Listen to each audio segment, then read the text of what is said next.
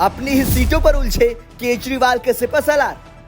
आतिशी सिसोदिया और सौरभ भारद्वाज सहित आपके दिग्गजों का क्या है हाल? केजरीवाल को भी मिल रही तगड़ी टक्कर। दिल्ली विधानसभा चुनाव की लड़ाई काफी दिलचस्प होती जा रही है। इस बार दिल्ली में एक ही पार्टी के पक्ष में कोई लहर नहीं दिख रही है, बल्कि हर सीट की अपनी लड़ाई है। दरअसल बीजेपी और कांग्रेस ने अरविंद केजरीवाल ही नहीं बल्कि उनके सिपहसालारों के खिलाफ अपने मजबूत प्रत्याशी उतारकर सियासी चक्रव्यूह रचा है। इसके चलते सीएम आतिशी से लेकर मनीष सिसोदिया और सौरभ भारद्वाज जैसे दिग्गज नेता अपनी ही सीट पर उलझे हुए नजर आ रहे हैं। बीजेपी और कांग्रेस ने दिल्ली विधानसभा चुनाव में आम आदमी पार्टी के दिग्गज नेताओं को उनके घर में ही घेरने का ताना बाना बुना है। इस बार दोनों विपक्षी दलों ने न सिर्फ अरविंद केजरीवाल बल्कि सीएम आतिशी और उनके मौजूदा मंत्रियों के खिलाफ मजबूत दांव चले हैं। इसके चलते केजरीवाल के सेनापति अपनी अपनी सीट बचाने में लगे हुए हैं और दूसरी सीटों पर प्रचार करने के लिए नहीं पहुंच पा रहे हैं। ऐसे में सवाल उठता है कि कांग्रेस और बीजेपी की घेराबंदी को केजरीवाल ब्रिगेड तोड़ने में सफल हो पाएगी या नहीं। केजरीवाल को मिल रही तगड़ी टक्कर। नई दिल्ली विधानसभा सीट से अरविंद केजरीवाल चौथी बार चुनावी मैदान में उतरे हैं, लेकिन पिछले 3 चुनाव की तरह राह इस बार आसान नहीं है। कांग्रेस ने संदीप दीक्षित और बीजेपी ने प्रवेश वर्मा जैसे दिग्गज नेता को नई दिल्ली सीट पर उतारकर अरविंद केजरीवाल के खिलाफ तगड़ी टक्कर देने की कवायद की है। विपक्ष की इस रणनीति के चलते केजरीवाल चुनाव प्रचार में अपने इस क्षेत्र में फंसे हुए हैं और दूसरे इलाकों में बहुत ज्यादा वक्त नहीं दे पा रहे हैं। हालांकि हर रोज 2 से 3 क्षेत्र में रैली जरूर कर रहे हैं। जंगपुरा सीट पर उलझे मनीष सिसोदिया।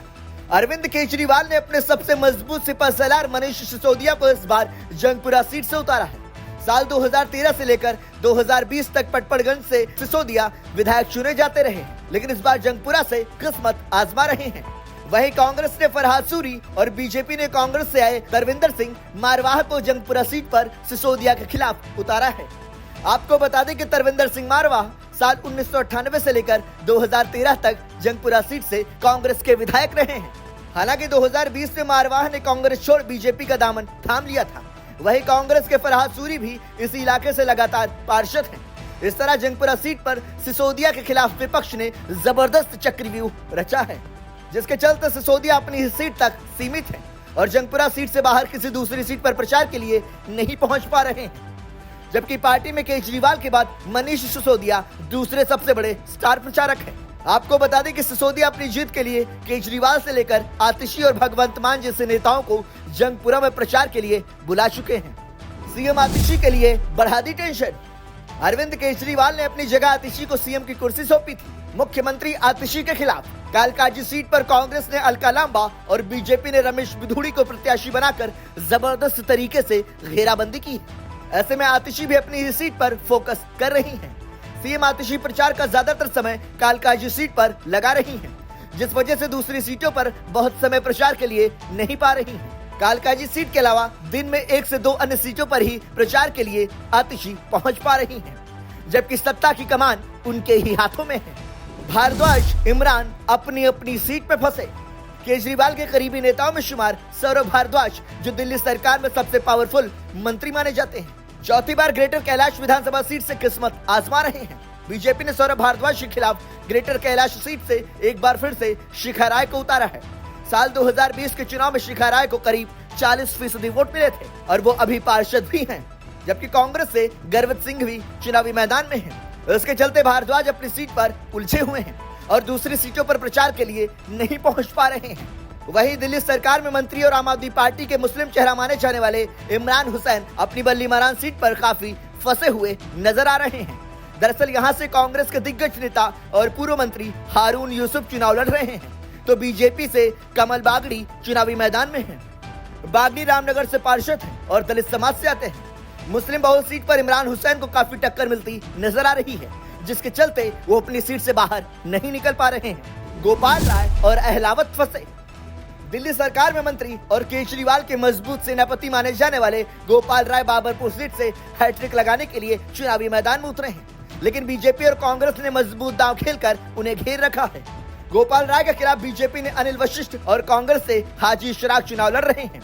हाजी इशराक साल 2015 में सीलमपुर सीट से विधायक रह चुके हैं।